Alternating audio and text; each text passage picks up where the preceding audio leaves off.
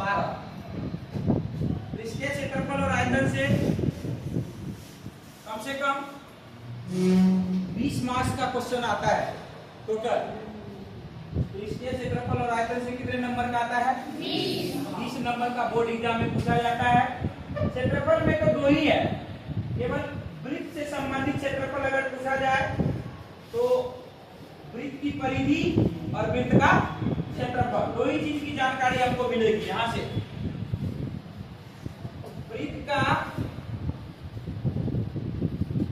वृत्त की परिधि जो कि आपको पहले से भी पता होगा।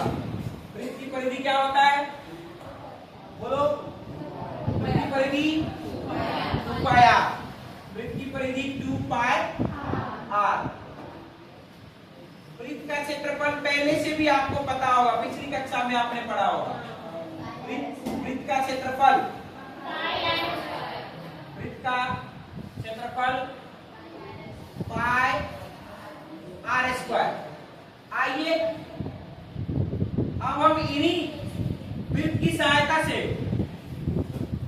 और भी क्षेत्रफल के बारे में जानेंगे। आपको मैं बता दूं, ये वृत्त का केंद्र है O, और OA वृत्त की क्या है? त्रिज्या है। और CD वृत्त का व्यास है। CD क्या है? वृत्त का व्यास। यह है वृत्त का व्यास। व्यास त्रिज्या का दुगुना होता है। ये भी R और ये भी R, R मिलके कितना R? 2R।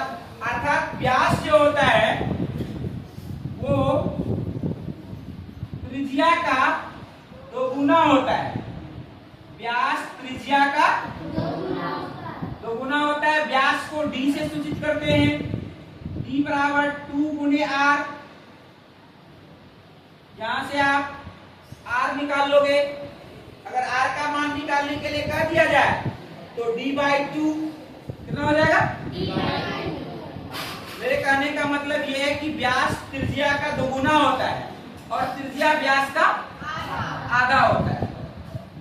व्यास वृत्त की सबसे बड़ी जीवा। व्यास क्या है? वृत्त की अभी आपको यहाँ पे दिख रहा है कि ये अगर त्रिज्या है तो ये भी क्या है? त्रिज्या होगा। इधर वालों देखो, ये अगर त्रिज्या है तो ये भी क्या होगा? और ये जो दिख रहा है आपको, ये है वृत्त का चाप। क्या है? चाप। ये क्या है? वृत्त का फिगर को देखो, तस्वीर को। ये वृत्त का चाप है और ये त्रिज्या है। चाप और त्रिज्या से बना क्षेत्र जो आपको दिख रहा है, ये वाला चाप और त्रिज्या से बना क्षेत्र जो दिख रहा है, इसका नाम है त्रिज्यखंड। क्या नाम है? त्रिज्यखंड। हमने क्या बताया? फिर से सुनो। त्रिज्या और चाप से बना क्षेत्र, ये वाला क्षेत्र जो दिख रहा है, इस क्षेत्र का क्या नाम है? इस क्षेत्र का नाम है त्रिज्यखंड। त्रिज्यखंड समझ में आया? त्रिज्यखंड समझ में आया?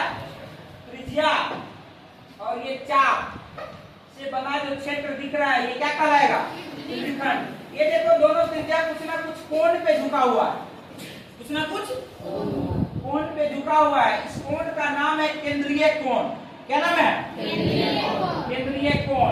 मान लो केंद्रीय कोण थीटा है, कोई भी हो, कितना भी डिग्री हो, थीटा है। केंद्रीय कोण क्या है? थीटा। अब आपको त्रिज्यखंड में ये पता चल गया कि एक थीटा होगा और एक त्रिज्या होगा। एक थीटा होगा, दूसरा क्या होगा? थीटा मतलब कोण, R मतलब त्रिज्या। तो इस त्रिज्यखंड का क्षेत्रफल जब आप निकालोगे तब आप देखो पूरा कितना डिग्री का एंगल बनेगा वृत्त में? 360। 360 में केवल कौन सा भाग है? ये थीटा है। कौन सा भाग है? थीटा है। पूरा वृत्त का क्षेत्रफल क्या होता है? पाई r स्क्वायर। पूरा वृत्त का क्षेत्रफल क्या होता है? पाई r स्क्वायर में केवल थीटा कौन से बना हुआ है? इसलिए इस त्रिज्यखंड का क्षेत्रफल हो जाएगा, जब आप लिखोगे यहां लिखते इधर, त्रिज्यखंड का क्षेत्रफल हो जाएगा, वृत्त के त्रिज्यखंड का क्षेत्रफल, वो भी कौन सा त्रिज्यखंड? ये छोटा है। क्या है? छोटा। इसीलिए इसीलिए इसका नाम रखेंगे लघु त्रिज्यखंड। क्या नाम रखेंगे? वृत्त के लघु त्रिज्यखंड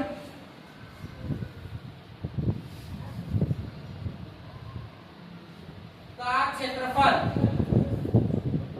ये हो जाएगा थीटा बटे 360 गुने पाई आर स्क्वायर। बोलो एक बार कर लो, क्या होगा? वृत्त के लघु त्रिज्यखंड का क्षेत्रफल क्या हो जाएगा? थीटा बटे 360 गुने पाई आर। याद रखोगे? क्या होगा लघु त्रिज्यखंड का क्षेत्रफल? थीटा बटे 360 गुने पाई आर। ये त्रिज्यखंड है। शेष जो बचा भाग, आपको जो ये भाग दिख रहा है, शेष रिमेनिंग पार्ट, ये कहलाता है दीर्घ त्रिज्यखंड। क्या कहलाता है? दीर्घ त्रिज्यखंड। अर्थात त्रिज्यखंड के अलावा जो आपको वृत्त के अंदर ये पार्ट दिख रहा है, इसको छोड़कर, त्रिज्यखंड को छोड़कर शेष जो दिख रहा है, इसका नाम है दीर्घ त्रिज्यखंड। यानी ये बड़ा वाला त्रिज्यखंड है, ये दीर्घ त्रिज्यखंड है। और दीर्घ त्रिज्यखंड का क्षेत्रफल जब आप निकालना चाहोगे तो आसानी से निकल जाएगा। पूरा क्या है बताओ? पूरा क्या है? वृत्त है। पूरा क्या है? वृत्त का क्षेत्रफल है। ये वाला भाग क्या है? त्रिज्यखंड है।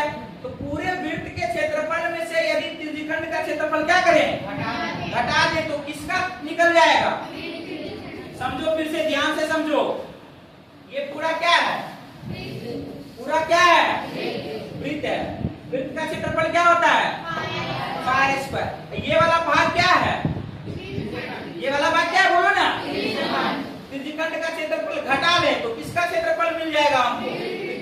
अर्थात दीर्घ त्रिज्यखंड का क्षेत्रफल का फॉर्मूला निकल करके आ गया। वृत्त का क्षेत्रफल क्या होता है? जल्दी बताओ।